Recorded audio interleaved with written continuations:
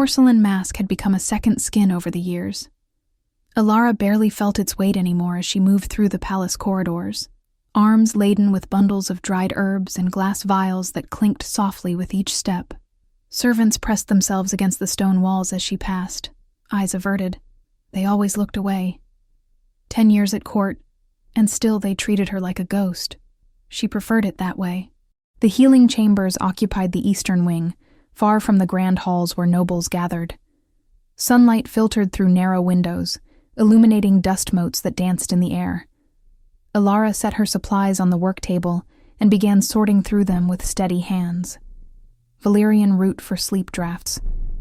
Wolfsbane carefully measured for fever reduction. Yarrow for wounds that refused to close. A knock interrupted her work. She turned to find a young guard at the door, face pale and sweating despite the cool morning air. "Healer," he said, voice tight with pain. "Training accident. Dislocated shoulder." Elara gestured him inside without speaking. She had learned years ago that silence unnerved people less than her voice emerging from behind the mask. Her hands did the talking now, probing the injury with careful precision, feeling where bone had slipped from socket. The guard hissed through his teeth but held still. "This will hurt," she said finally, the words muffled slightly by porcelain. Before he could brace himself, she pulled and rotated in one smooth motion. The shoulder popped back into place. The guard gasped, then slowly relaxed as the sharp agony faded to dull ache. "Thank you," he managed.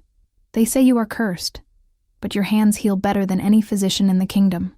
Elara said nothing as she prepared a sling. Cursed. Disfigured. Touched by dark magic. She had heard every whispered theory about what lay beneath the mask. Let them wonder. The mystery kept them at a distance, and distance was what she needed. After the guard left, she stood at the window, looking out over the courtyard where wolves sparred in their shifted forms, magnificent creatures of fur and fang, moving with predatory grace. Her own wolf stirred restlessly inside her chest. It had been 3 days since she had last shifted. Last felt the freedom of running on 4 legs instead of 2, but freedom was a luxury she had surrendered long ago. The memory rose unbidden, as it always did in quiet moments. Mira, her twin sister, dragged to the executioner's platform in chains, 17 years old, both of them, barely more than children. The accusations had been swift and brutal. Poison in the Alpha King's wine, evidence planted in Mira's chambers, a trial that lasted less than a day. Elara had screamed herself hoarse in the crowd, begging them to stop, insisting her sister was innocent. No one listened. The axe fell, and Mira's blood soaked into the wooden boards. The scent of it, copper and death, had haunted Elara's dreams for years afterward. She pressed her palm against the cool glass, steadying herself. That devastated girl was gone. In her place stood someone harder, sharper, forged by grief into a weapon with a single purpose.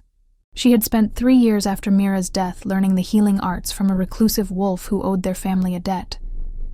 Then she had come to court at 20 years old, face hidden, and begun the slow, painstaking work of uncovering the truth. Someone had murdered the Alpha King. Someone had framed Mira, and Elara would not rest until she knew who. The current Alpha King, Kael, had taken the throne shortly after his father's death. Elara watched him sometimes from the shadows of the court, this young ruler with amber eyes that seemed to see too much. He was nothing like the cruel whispers suggested. Cold, yes. Calculating, but not unjust. He had never questioned her presence, never demanded she remove the mask. For that, she was grateful. Evening came, bringing with it a formal gathering in the Great Hall. Elara typically avoided such events, but the palace physician had requested her presence in case anyone required medical attention. Politics and wine often led to fights. She positioned herself in an alcove near the back, half hidden by a stone pillar. The hall blazed with firelight from enormous hearths. Nobles in fine silks and furs clustered in groups, their laughter echoing off vaulted ceilings. At the head table sat Kael, posture relaxed, but eyes alert. His beta, Thorn, stood behind him, scarred face impassive. A visiting alpha from the Northern Territories rose, wine cup in hand. He was broad-shouldered and loud, the type who mistook volume for authority. "A toast," he announced, "to our gracious host. Though I must ask, Kael, why do you keep a cursed wolf in your court? Surely it brings ill fortune to harbor one who hides her face." The hall fell silent. Every eye turned toward the alcove where Elara stood. Her fingers tightened on the small medical bag she carried, but she did not move. Let them stare. Kael set down his cup with deliberate care. When he spoke, his voice carried easily through the quiet. Healer Elara has served this court for 10 years with skill and dedication. Her face is her own business. Any wolf under my protection who performs their duties with honor has earned their place. Do you question my judgment, Alpha Rowan? The challenge in those words was unmistakable. Rowan's face flushed. But he was not fool enough to push further. He sat down heavily, muttering something about meaning no offense. Kael's gaze swept the room. Anyone else wish to comment on my choice of court members? Silence answered him. He nodded once and resumed eating. The matter closed. Elara slipped from the alcove and left the hall, heart beating faster than it should. In 10 years, Kael had never publicly defended her before. The attention unsettled her. She needed to remain invisible, unremarkable except for her healing skills. The archives would be empty now, while everyone attended the gathering. It was the perfect time. She made her way through darkened corridors to the lower levels where records were kept. The archive room was cold and smelled of old parchment and dust. Shelves stretched from floor to ceiling, crammed with documents dating back generations. Elara lit a small oil lamp and began searching. She had been systematically working through trade records from the year of the murder, looking for anything unusual. Tonight, she pulled down ledgers from Lord Vance's territory. He was a senior council member, wealthy and influential, with ties to half the noble families in the kingdom. Hours passed as she read by lamplight, taking careful notes. Most entries were mundane. Then her eyes caught on a series of transactions from 10 years ago. Large quantities of nightshade and hemlock, purchased through intermediaries. The dates aligned perfectly with the weeks before the Alpha King's death. Her pulse quickened. This was it. This was the connection she had been searching for. The sound of footsteps on stone froze her in place. Too heavy to be a servant. She quickly tucked the ledger under her cloak and extinguished the lamp, plunging the room into darkness. The footsteps stopped just outside the door. Then a voice, cold and unfamiliar. "I know you are in there. Come out slowly." Elara's wolf surged forward, lending her enhanced night vision. She could see the silhouette of a large man blocking the doorway, not coming in, waiting for her. She had 2 choices: surrender the ledger or fight her way past. Neither option was good. She chose the third option. With a speed born of desperation, she grabbed the nearest heavy object, an iron bookend, and hurled it at the oil lamp bracket on the wall near the door. It struck with a loud clang, and in that moment of distraction, she shifted partially. Her claws extended as she lunged. The man was ready. He caught her wrist in an iron grip and slammed her against the shelves. Books tumbled down around them. She felt his other hand reach for her mask, fingers scrabbling at the edges. Pure terror gave her strength. She drove her knee up hard, connected with something soft. He grunted but did not let go, instead yanking harder at the mask. It began to slip. Then the man simply stopped. His grip went slack. He fell forward, and Elara stumbled back, gasping. In the dim light from the hallway, she saw the blade protruding from his back. Behind him stood Kael, face expressionless. He pulled the blade free with a wet sound, and the body collapsed to the floor. Blood pooled across the stone. Elara's hands flew to her mask, checking it frantically. Still in place. The porcelain was cracked along one side, but had not fallen. Kael's amber eyes fixed on her, taking in her defensive posture. The ledger clutched against her chest. The fear she could not quite hide. "Leave it," he said quietly, nodding at the mask. "Come with me." It was not a request. He turned and walked away, clearly expecting her to follow. Elara looked down at the dead man. She recognized him now. One of Vance's personal guards. Her investigation had just been discovered. Everything she had worked for hung in the balance. She followed Kael through empty corridors, climbing stairs that led to the royal wing. Guards posted at intervals watched them pass but said nothing. Finally, Kael opened a heavy wooden door and gestured her inside. His private chambers were simpler than she expected. A large bed, a desk covered in maps and correspondence, weapons mounted on the walls. A fire burned in the hearth, casting flickering shadows. Kael closed the door and faced her. In the firelight, his features seemed carved from stone. When he spoke, his voice was level and cold. "You will stay here tonight. Guards will be posted outside. Do not attempt to leave." "Why?" The word escaped before she could stop it. "Because Lord Vance just tried to have you killed. That man was his. Which means you found something worth protecting." His gaze dropped to the ledger she still clutched. "What is it?" Elara hesitated. Trust was not something she gave easily. But Kael had just saved her life, had defended her publicly hours before. And if Vance was willing to kill her, the evidence must be damning. Slowly she held out the ledger. Kael took it, flipped through the pages, stopped at the entries she had marked.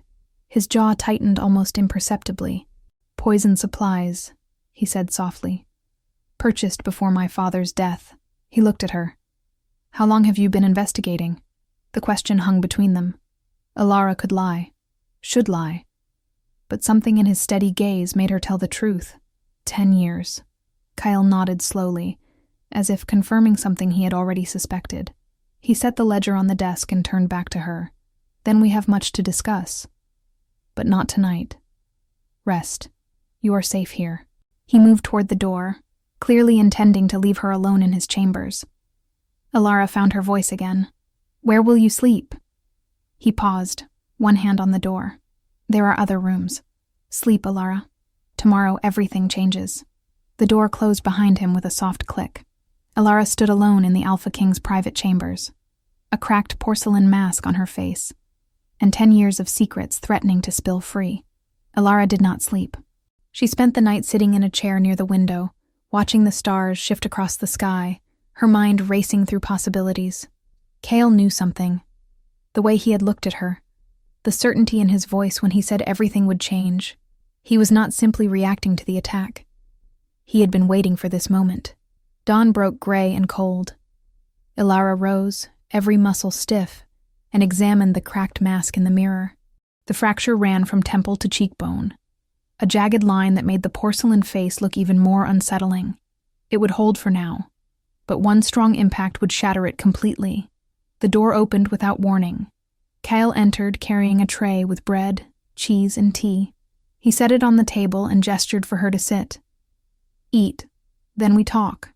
Elara remained standing. "I want answers first. How did you know to find me in the archives?" "I have known where you were every night for the past 7 years." Kael poured tea into 2 cups, his movements unhurried. "Sit down, Elara.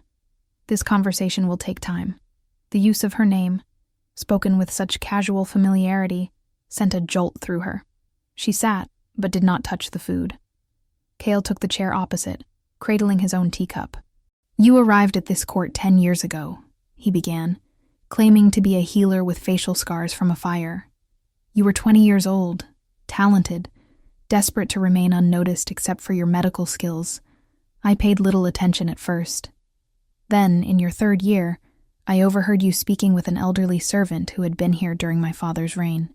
You asked about the execution of Mira Thorn. You asked specific questions, things only someone who had witnessed it would know." Elara's blood went cold. Thorn. Her family name.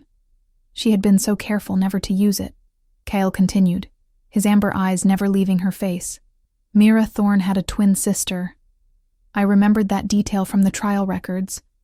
The sister had screamed from the crowd, had to be dragged away by guards. Her name was Elara." He paused. "It was not difficult to realize who you were after that. The real question was why you had come back. You have been watching me for 7 years. Her voice came out flat, cold. "Why did you not confront me before now?"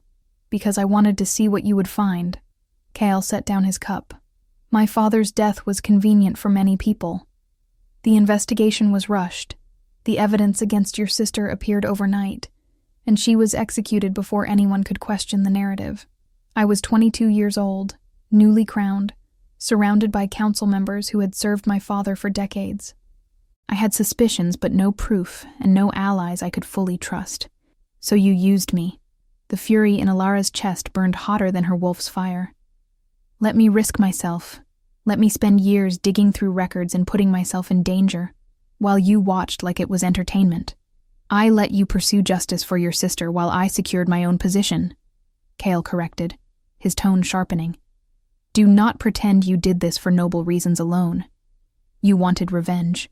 I gave you the freedom to seek it, while I identified which members of my court could be trusted and which were compromised. We both used the situation to our advantage. Elara wanted to argue, but the words died in her throat. He was right. She had come here with vengeance burning in her heart, had spent 10 years lying to everyone, manipulating her position as healer to access restricted areas. She had no moral high ground to stand on. Vance, she said finally. The ledger shows he purchased the poison. Vance controls 3 territories through a network of allied alphas, Kael replied. He has served on the council for 30 years. Half the nobles in this court owe him favors or gold. If I move against him without irrefutable proof, I risk civil war. That is why I waited. That is why I watched you. And now, finally, we have evidence. He stood and moved to his desk, pulling out maps and documents. Vance's guard attacked you because you found the ledger. He will know by now that the man failed and that you are under my protection. He will also know we are coming for him. We have limited time before he destroys evidence or flees to his territories where he has the advantage. Elara joined him at the desk, studying the maps. Red marks indicated Vance's allied territories, clustered in the south. Blue marks showed loyalist regions. Too many areas were marked in gray, meaning their allegiance was uncertain. What do you plan to do? She asked. Formal trial, 2 weeks from now. Kael traced his finger along the map. I will summon all territorial alphas to court. Present the evidence publicly. Force Vance to answer the charges where he cannot hide behind his allies. 2 weeks is too long. He will prepare, bribe witnesses, create counter-evidence. 2 weeks is how long it takes for the farthest territories to receive summons and travel here. Kael looked at her. Unless you have a better suggestion. Elara studied the map, her mind working through possibilities. The law requires territorial alphas to attend royal summons within a fortnight. But nothing prevents you from holding a preliminary council session sooner. A closed meeting with only council members present. Confront Vance there first. His reaction will tell us much. Kael considered this, then nodded slowly. 5 days. Enough time for messages to reach key allies, not enough time for Vance to mount a full defense. But that means you stay here, in the royal wing, under constant guard. He will try to kill you again. I have been taking care of myself for 10 years, not against an enemy who now knows you are a threat, and has the resources of 3 territories behind him. Kael's voice held no room for argument. You will remain in these chambers. I will have your healing supplies brought here. You can continue your work, but you do not leave this wing without armed escort. Those are my terms. Elara wanted to refuse, to insist on her independence. But the crack in her mask was a physical reminder of how close she had come to death last night. And beneath her anger at Kael's surveillance, she felt something unexpected. Relief. For the first time in 10 years, someone knew the truth. Someone was standing beside her instead of leaving her to fight alone. Fine, she said. But I want access to all records related to my sister's trial. Everything. Agreed. Kael gathered the documents from the desk. We have 5 days to build an unshakable case. I suggest we begin now. The work consumed them. Servants brought Elara's belongings from her small chamber in the healing wing. They set up a workspace at Kael's desk, spreading out ledgers and correspondence and trial records. Elara read through everything related to Mira's execution, her chest tight with old grief. Kael reviewed trade documents and territorial reports, looking for patterns. They worked mostly in silence, but it was not uncomfortable. Elara found herself aware of Kael in ways she had never allowed before.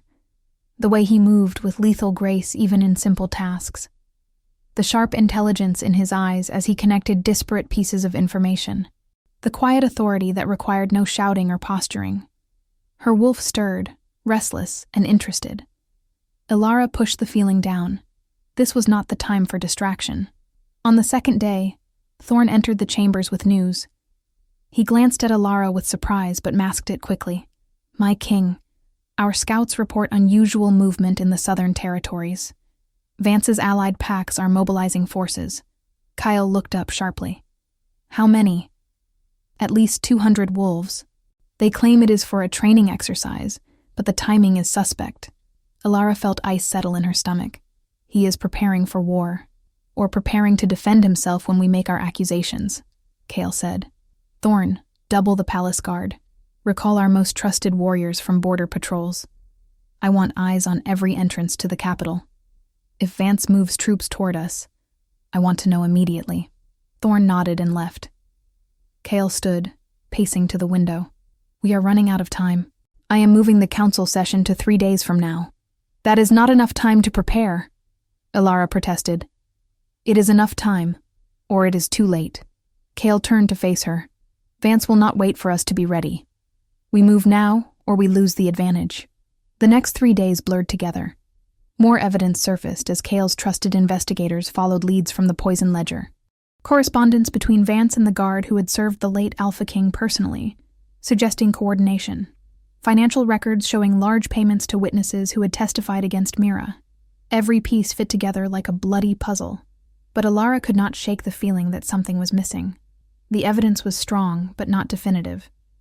A skilled liar could explain away much of it. They needed something unquestionable. She said as much to Kael on the evening before the council session. He was sharpening his blade, the rhythmic sound of steel on whetstone filling the chamber.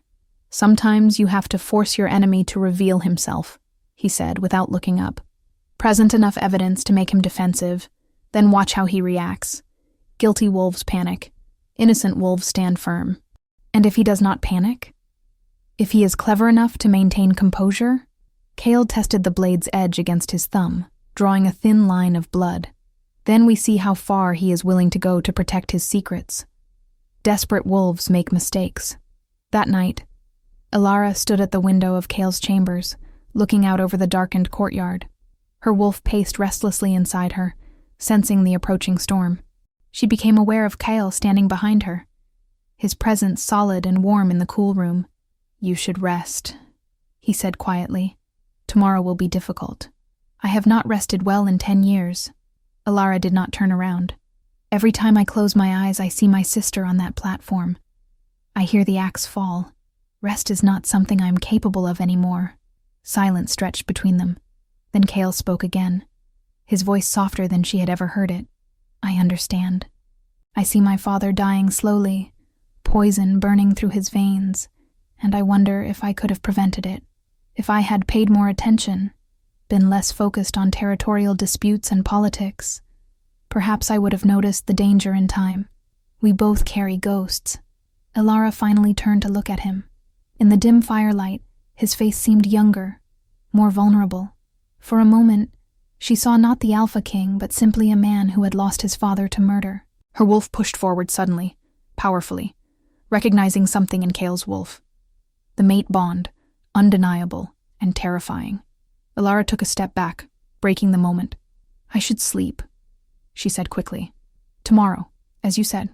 Kael nodded, his expression carefully neutral once more, but his eyes held understanding. He felt it too, and like her, he was choosing to ignore it. The next morning dawned with bitter cold and heavy clouds. Elara prepared herself carefully, checking the cracked mask one final time. It would hold. It had to. The council session would determine everything. Justice for Mira. Truth about the late Alpha King's murder. War or peace for the kingdom. And somehow, impossibly, the beginning of something between her and Kael that neither of them was ready to acknowledge. She followed Kael from the chambers, guards falling into formation around them, and walked toward whatever future awaited in that council room. The council chamber was a vast circular room with high stone walls and narrow windows that let in pale morning light. A round table dominated the center, carved from ancient oak, with seats for 20 council members. Territorial alphas who had arrived on short notice filled additional chairs along the walls. The air was thick with tension, and the musk of powerful wolves gathered in close quarters. Elara stood behind Kael's chair, positioned as an advisor rather than accused. She felt every eye on her masked face, heard the whispers that rippled through the assembly. Thorn stood at Kael's other side, hand resting casually on his sword hilt. Lord Vance sat directly across from Kael. He was a lean wolf in his 50s, with silver threading through dark hair and cold gray eyes that missed nothing. His posture radiated confidence. 3 other council members flanked him, allies whose territories bordered his own. Kael called the session to order with a single sharp knock on the table. The whispers died instantly. This council convenes to address evidence of conspiracy in the murder of my father, the late Alpha King. His voice carried absolute authority. Lord Vance, you stand accused of purchasing poison used in that crime. How do you answer? Vance did not flinch.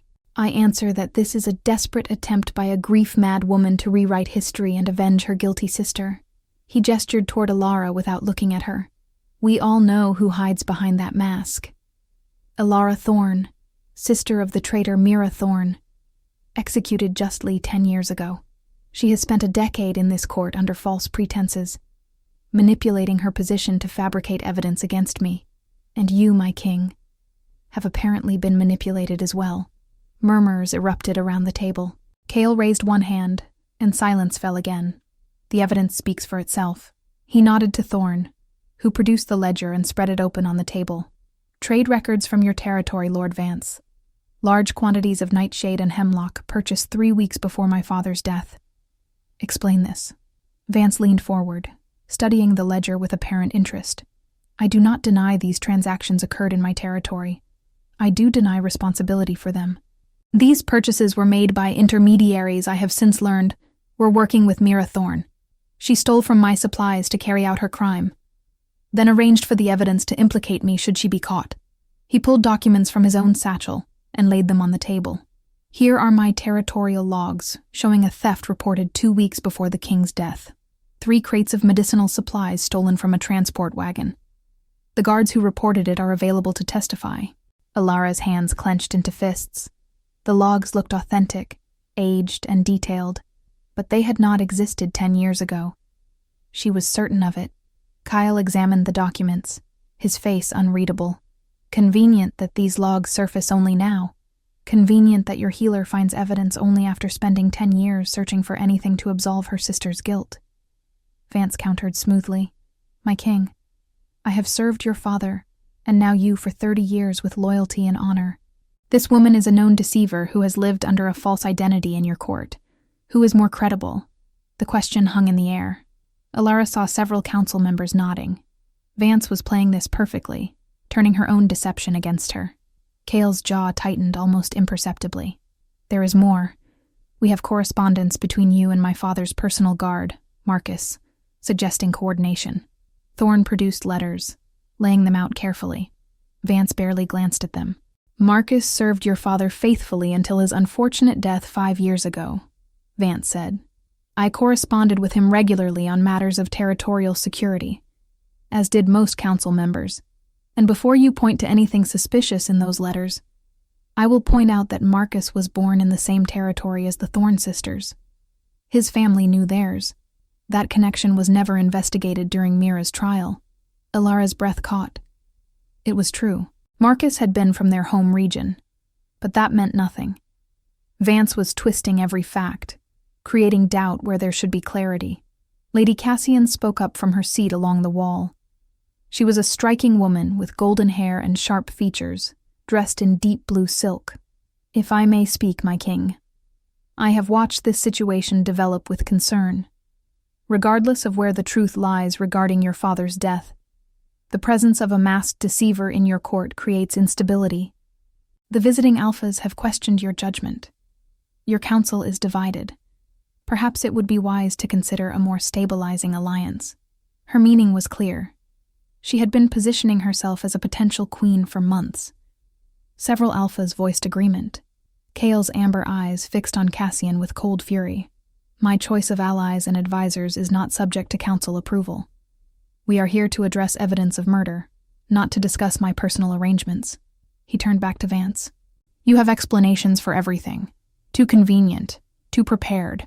I have been a politician for 30 years, Vance replied calmly. I keep thorough records. I prepare for challenges. That is not guilt. That is competence. The arguments continued for hours. Every piece of evidence Kael presented, Vance had a counter. The financial record showing payments to trial witnesses, standard fees for their time and travel, the suspicious death of Marcus, a training accident, tragic but unrelated. On and on. A careful dismantling of everything Elara had worked for. She watched the other council members, saw doubt creeping into their expressions. Vance was winning, not through innocence, but through superior manipulation of perception. Finally, as afternoon light slanted through the windows, Kael stood. The scrape of his chair silenced the ongoing debate. This council is divided. The evidence is substantial, but not conclusive. Therefore, I invoke the right of truth challenge. I will present definitive proof of Lord Vance's guilt within 3 days, or all charges will be dismissed, and this matter closed permanently. Shocked silence filled the chamber. The right of truth challenge was ancient law, rarely invoked. It placed the burden entirely on the accuser and offered the accused full exoneration if the deadline was not met. Vance smiled, a predator's expression. I accept these terms. 3 days, my king. I look forward to my vindication. The council session dissolved into chaos as members argued about the wisdom of Kael's decision. Elara followed him from the chamber, Thorn and a dozen guards surrounding them. Once they reached the royal wing, Elara rounded on Kael. 3 days. We used everything we had in there. What definitive proof can we possibly find in 3 days? We force his hand, Kael said grimly. Vance is confident now, but he knows we are close to something he cannot explain away. He will try to eliminate us before the deadline. That is when he will make a mistake. You are using us as bait. I am ending this before it escalates into open warfare. Kael turned to face her fully. Vance has 3 days to act or lose everything. He will act. We need to be ready. Thorn stepped forward. My king, our scouts report increased activity around the southern districts. Vance's forces are moving closer to the capital under cover of darkness. Kael nodded as if he had expected this. Double the guards on the palace walls. Prepare the inner defenses. If Vance is moving troops, he is preparing something bold. That night, Elara could not rest. She paced Kael's chambers, her wolf snarling beneath her skin. Everything felt wrong. They were exposed, vulnerable, waiting for an attack they knew was coming but could not prevent. Near midnight, alarm bells shattered the silence. Kael was on his feet instantly, sword in hand. Elara heard shouting from below, the clash of steel, screams of wounded wolves. She moved to the window and saw chaos in the courtyard. Vance's forces had breached the outer walls. Dozens of enemy wolves poured through, engaging the palace guards in brutal combat. He is insane, Thorn snarled, appearing in the doorway. This is open treason, an attack on the king himself. This is desperation, Kael corrected. He knows we will find the proof we need. He has nothing to lose. He looked at Elara. Stay here. Bar the door after we leave. No. Elara moved toward them, her wolf surging forward. I can fight. I will fight. Kael started to argue, but another explosion rocked the palace. Fire bloomed somewhere in the western wing. There was no time for debate. They ran through the corridors, gathering more guards as they descended. The sounds of battle grew louder. Elara felt her wolf demanding release, demanding blood for all the years of hiding and fear. They burst into the main hall to find it overrun. Vance's wolves fought with savage intensity, clearly under orders to kill. Elara saw a guard go down, throat torn open. Saw another dragged into the shadows. She shifted. The transformation took seconds. Bones realigned, muscle and fur replacing human skin. Her clothes shredded. The cracked porcelain mask still clung to her face, an eerie sight on her wolf form. She threw herself into the battle. Her jaws found an enemy's shoulder, tearing through flesh. Her claws raked across another's flank.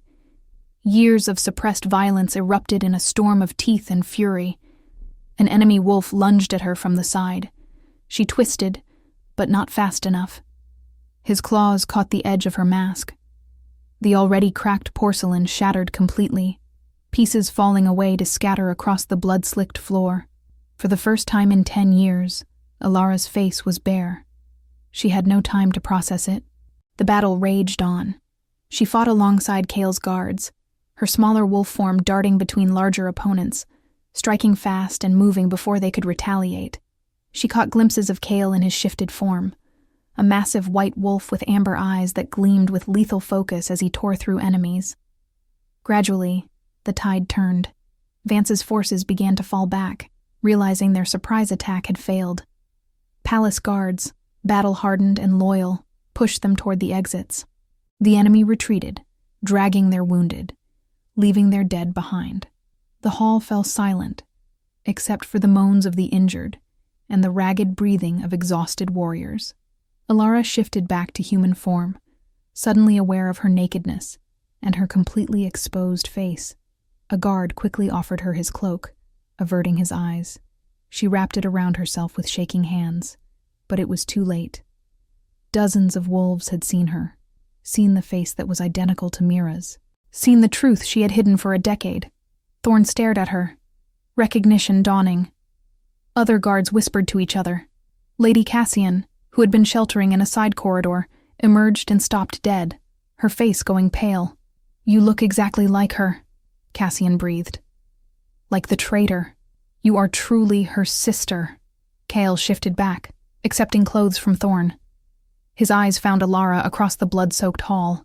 In that gaze, she saw understanding and something fiercer. Protection. "She is my royal investigator," Kael said, his voice carrying to every corner. "She has been working under my authority to uncover the truth of my father's murder. And tonight, Lord Vance has shown his guilt more clearly than any evidence could. He launched a coup against his rightful king."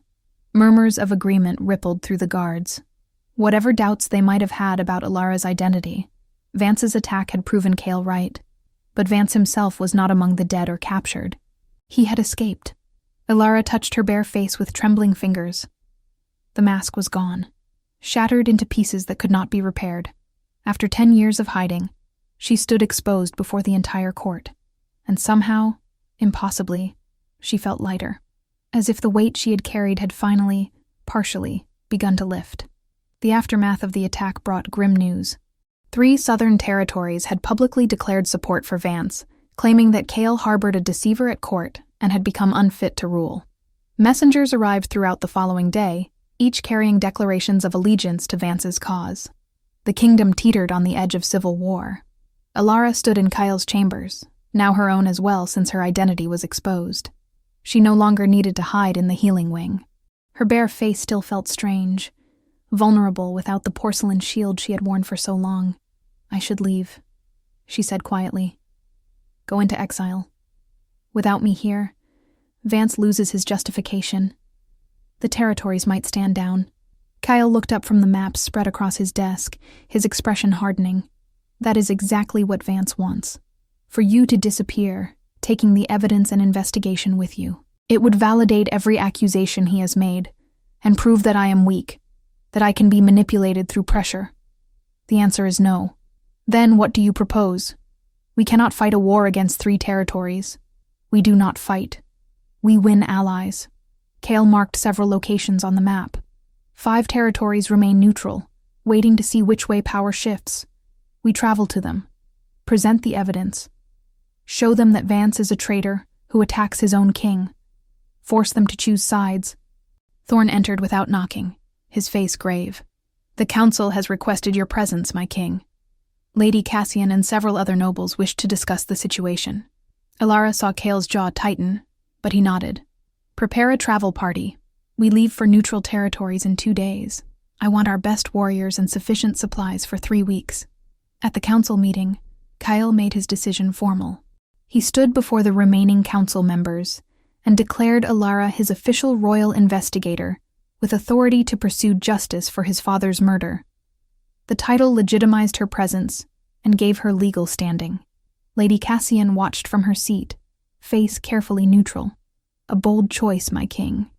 Though I wonder if it is wise to elevate someone so controversial while territories are already questioning your judgment." "My judgment is not subject to debate," Kael replied coldly. The question before this council is simple.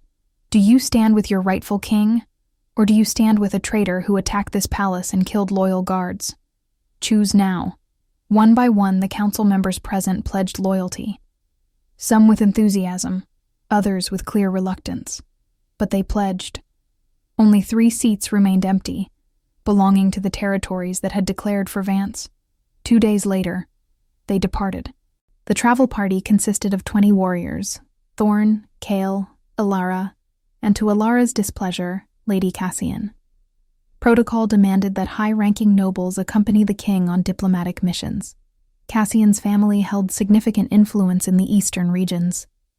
They traveled hard, covering ground quickly. The first neutral territory they reached belonged to Alpha Marcus, no relation to the dead guard. His lands were prosperous, his wolves well-trained. He received them in a timber hall, decorated with weapons and hunting trophies. "I have heard conflicting reports," Marcus said after formal greetings concluded. "Lord Vance claims you have been deceived by a vengeful woman. You claim he murdered your father and launched a coup. I need more than words to decide where my loyalty lies." Kael presented the evidence methodically. The trade ledgers, the correspondence, the testimonies from guards who had fought off Vance's attack. Marcus listened carefully, asking pointed questions.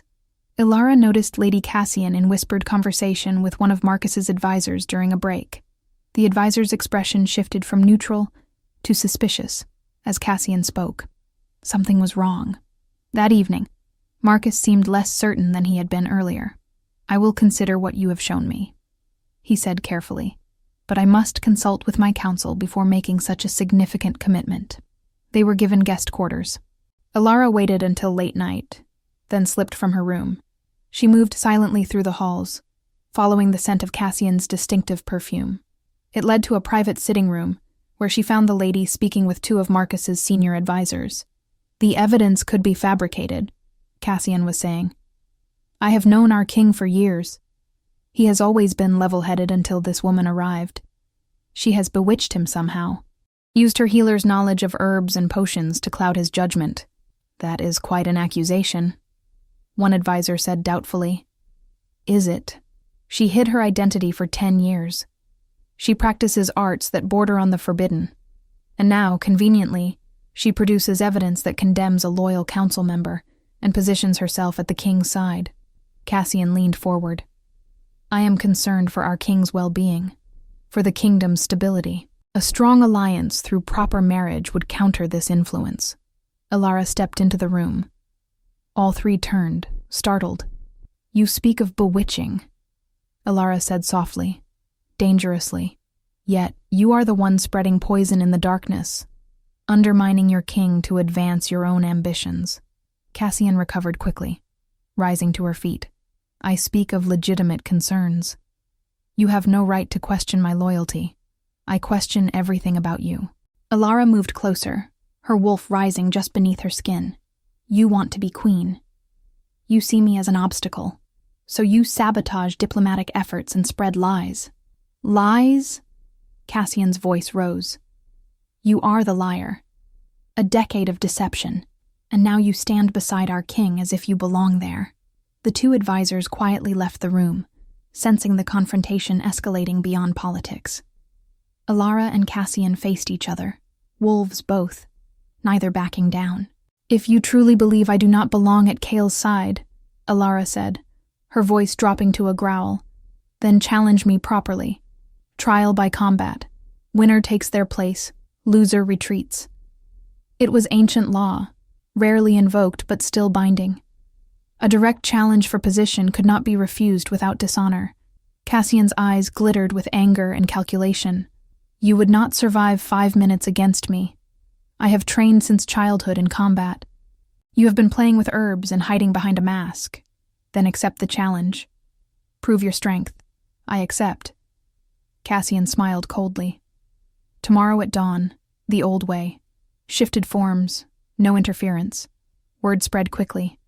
By dawn, a crowd had gathered in the training yard. Alpha Marcus watched from a raised platform, clearly displeased that his territory had become an arena, but bound by tradition to allow it. Kael stood near the edge of the fighting circle, his face carved from stone. When Elara approached, he caught her arm. "You do not have to do this," he said quietly. "I can order her to stand down. That would make you look weak. Make me look weak." Elara met his amber eyes. "I need to do this. Not just for position, but to prove I am not some fragile thing that needs constant protection." She shifted before he could respond. Her wolf form was smaller than Cassian's, built for speed rather than power. Cassian shifted as well, a golden-furred warrior who circled with obvious confidence. They clashed with savage intensity. Cassian was strong, well-trained, her attacks precise. But Elara was faster, and she fought with the desperate fury of someone who had survived alone for 10 years. She dodged under Cassian's lunge, raked claws across her flank. Cassian snarled and retaliated, catching Elara's shoulder with sharp teeth. Pain blazed, but Elara used it, let it fuel her speed. She moved like water, never where Cassian expected. Strike and retreat, never standing still long enough to become a target.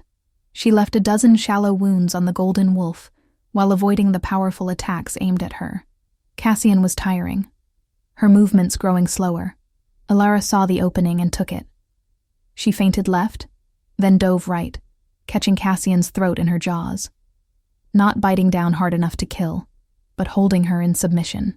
Cassian struggled briefly, then went still. The fight was over. Elara released her and stepped back, shifting to human form.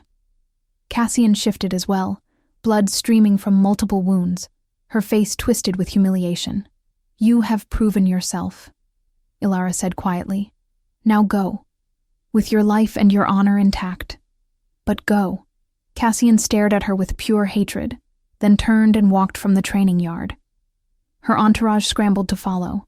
Elara knew she had made an enemy for life, but Cassian's sabotage was over. Alpha Marcus approached, approval clear on his weathered face. "You fight with honor and mercy. That speaks well. I pledge my territory's loyalty to the king."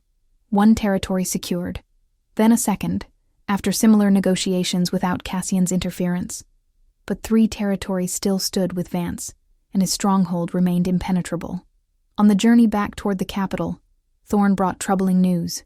Vance has fortified his primary territory. Stone walls, siege supplies, enough warriors to withstand a months-long assault. If we attack directly, hundreds will die. Elara studied the maps that night, her mind working through possibilities. She had spent years learning about court buildings, their layouts, their secret passages. Fortresses of this era were built to similar patterns. "I can get inside," she said suddenly. Kael and Thorn both looked at her. Service passages. Every major stronghold has them for servants to move supplies without disturbing nobles.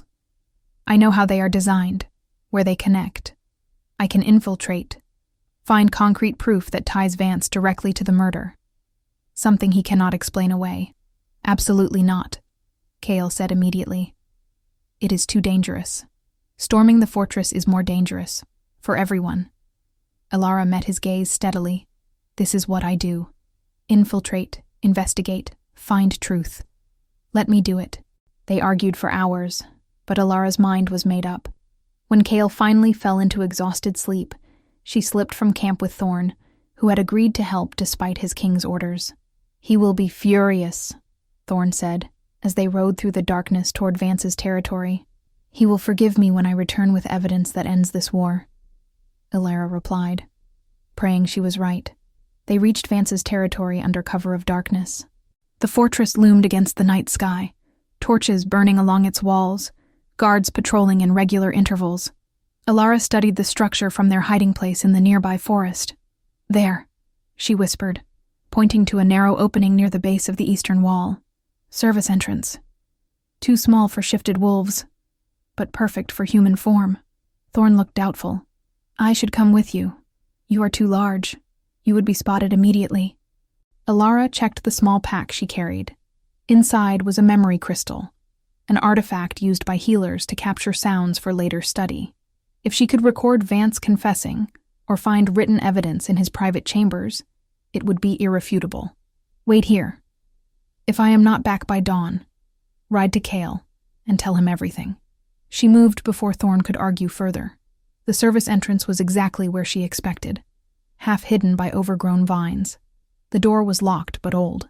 Elara pulled a thin blade from her boot and worked the mechanism until it clicked open. Inside, the passage was dark and narrow. She moved by touch and memory, following the logic of fortress design.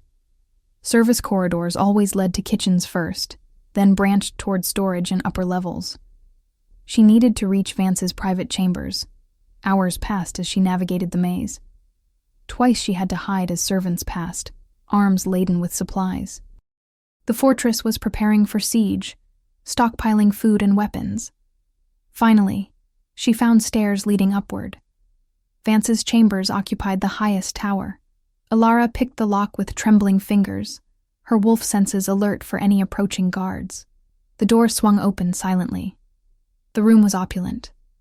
Rich furs covered the floor, weapons decorated the walls, and a massive desk dominated one corner.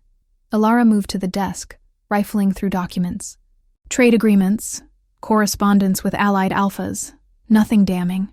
Then she found the hidden compartment, a slight depression in the wood grain that released a concealed drawer. Inside lay a velvet-wrapped bundle. Elara's breath caught as she unwrapped it. A dagger, its blade still stained with old blood. She recognized the royal crest on the hilt. This was the weapon that had killed Kael's father. Vance had kept it like a trophy. Beneath the dagger lay a journal. Elara flipped it open, her hands shaking. Page after page of Vance's private thoughts. Detailed records of his dealings with rogues, selling pack members who were weak or troublesome. Descriptions of the late Alpha King growing suspicious, asking questions. And finally, the entry dated 3 days before the murder. The king knows. He confronted me today, demanded I cease all rogue dealings or face execution. He gives me 1 week to confess publicly, or he will expose me himself. I cannot allow this. The poison is prepared. Marcus will deliver it during tomorrow's council dinner. Mira Thorne, that foolish healer's apprentice, will take the blame. I have already planted evidence in her chambers. Elara pulled out the memory crystal and held it over the journal, speaking each damning word aloud in a clear voice. The crystal glowed softly, recording everything. This was it. Proof that could not be disputed or explained away. She wrapped the dagger and journal carefully, tucking them into her pack with the crystal. Now she just needed to escape. The door behind her opened. Vance stood in the entrance, flanked by 4 guards. His cold eyes took in the open drawer, the pack in her hands, the guilt written across her face. I wondered if you would be bold enough to try this, he said calmly. When Thorne's absence was reported, I knew. You always were predictable, little healer. So desperate to clear your sister's name. Elara's hand moved toward the blade at her belt, but the guards were faster. They seized her arms, wrenching the pack away. Vance took it, examining the contents with a small smile. Clever, but ultimately futile. He turned to his guards. Take her to the courtyard. Prepare the platform. Send word to the surrounding territories that the king's deceiver will be executed at dawn. If Kael wants to save her, he can come and surrender himself. They dragged Elara through the fortress. She struggled, but there were too many. They chained her to a post in the center of the courtyard as dawn began to lighten the eastern sky. Vance stood nearby, the dagger and journal displayed on a table. I will burn these after you die, he said conversationally. The truth dies with you. Kael loses his investigation and his leverage. My allies grow stronger while he grows weaker. By winter, I will control enough territories to challenge him openly. You are insane, Elara spat. You have already committed treason. Killing me changes nothing. It changes everything. It breaks him. Vance leaned closer. I have watched Kael for months. He cares for you. Perhaps even loves you, though he is too stubborn to admit it. Your death will shatter his focus, make him reckless. Reckless kings make fatal mistakes. Elara's wolf snarled inside her, but the silver chains burned against her skin, suppressing her ability to shift. She was trapped, helpless, watching the sun rise on what might be her last day. Then she heard it, the howl of dozens of wolves carrying across the morning air, the sound of an army approaching. Vance's face went pale. He ran to the fortress walls, shouting orders. His guards scrambled to defensive positions, but it was too late. Kael's forces crashed into the fortress with overwhelming power. The gates, weakened by Thorn's sabotage during the night, gave way under the assault. Warriors poured through, engaging Vance's defenders in brutal combat. And at the front, a massive white wolf with amber eyes that blazed with fury. Kael had come for her.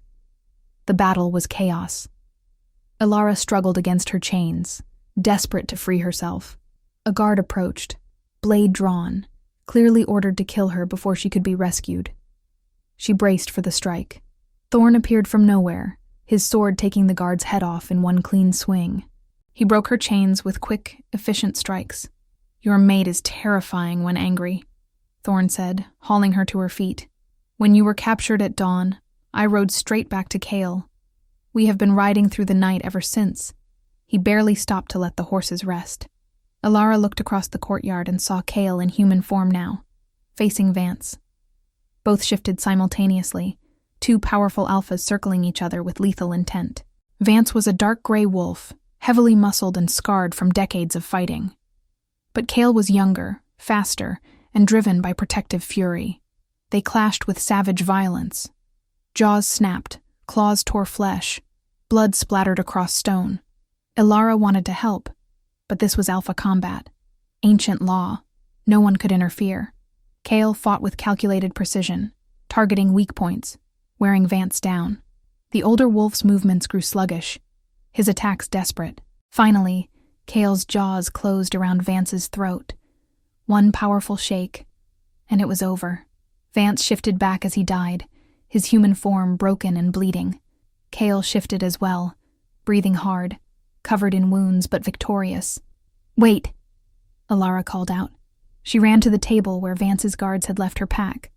The memory crystal was intact. She activated it, and her voice filled the courtyard, reading Vance's journal entries. Every word of his confession, his dealings with rogues, his premeditated murder of the late Alpha King, his framing of Mira, the assembled wolves, both Kael's forces and Vance's surviving defenders, heard everything. There could be no doubt now, no question of truth. Vance coughed blood, his eyes finding Elara. "Your sister," he rasped. "She was innocent, and I let her die screaming. Does that bring you peace?" "No," Elara said quietly, "but it brings justice." Vance died with those words hanging in the air. His remaining forces surrendered immediately, kneeling before Kael. The territories that had supported Vance sent ravens within days, pledging loyalty to their rightful king. The war was over before it truly began. Elara stood in the blood-soaked courtyard, the weight of 10 years finally lifting from her shoulders. She had done it, proven Mira's innocence, brought down the man who had destroyed her sister. But the victory felt hollow somehow, incomplete. Justice was served, but Mira was still gone. Nothing would bring her back. Kael approached, still catching his breath from the fight, and placed a hand on her shoulder. The simple gesture grounded her, reminded her that she was not alone anymore, that she had never truly been alone, even when she thought she was. Back at the capital, Kael organized a formal ceremony. The entire court gathered as he stood before Mira's grave, a simple marker in the palace cemetery that had gone untended for years. He spoke clearly, his voice carrying to all present. Mira Thorn was innocent of all charges. She was murdered by false accusation to protect a traitor's secrets. Her name is cleared, her honor restored. Let all wolves know that justice, though delayed, has finally been served. Elara knelt at the grave, her bare face wet with tears for the first time in 10 years. She placed her hand on the cold stone. "I did it, Mira," she whispered. "Your name is clean. Everyone knows the truth now. I am sorry it took so long. I am sorry I could not save you. But I never forgot. I never stopped fighting for you." Kael stood behind her, silent and solid. When she finally rose, he took her hand. The mate bond between them was undeniable now, a golden thread connecting their wolves. "Be my queen," he said simply. "Not for politics or alliances. Because you are meant to stand beside me. Because I cannot imagine ruling without you." Elara looked at him. This Alpha King who had watched her for years, who had defended her, who had ridden through the night to save her life. Her wolf recognized his completely, perfectly. "I accept," she said, "but I will not be a ceremonial queen. I continue investigating. I reform the justice system. I ensure no one else is condemned as my sister was. I would expect nothing less." The coronation was held 1 week later. Elara walked through the great hall, her face bare and unashamed. Nobles who had whispered about the masked healer now watched with respect. She had proven herself through combat, investigation, and unwavering loyalty. Kael placed the crown on her head, his amber eyes warm. When he spoke the traditional vows, he added words of his own. "I have always known who you were. Behind the mask, beneath the deception, I saw your heart. Now everyone else sees it too." The bonding ceremony followed ancient rites. Their wolves recognized each other, their souls intertwining. For the first time in 10 years, Elara felt complete. Months passed. Elara established the Royal Investigation Office, training wolves to pursue justice with evidence and logic rather than prejudice. She still wore her healer's robes sometimes, still prepared medicines in the chambers that had become her workspace. Lady Cassian had left court entirely after her defeat, returning to her family's eastern territories in disgrace. Rumors reached the capital occasionally that she had married a minor alpha and settled into quiet domesticity, her ambitions for power thoroughly crushed. The porcelain mask sat on a shelf in her and Kael's private quarters. She kept it not as a shield, but as a reminder of the girl who had lost her sister, of the 10 years spent hiding and hunting, of the justice finally achieved. One evening, Kael found her standing at the window, watching the sunset paint the sky in shades of orange and gold. "Regrets?" he asked quietly. Elara considered the question. She had lost 10 years to vengeance, had lived in isolation and fear, had nearly died multiple times. But she had also found truth, brought down corruption, and reformed a system that had failed her sister. "No regrets," she said finally. "Only gratitude that it led me here. To you. To this life where I can prevent others from suffering as we did." Kael wrapped his arms around her from behind, his warmth solid.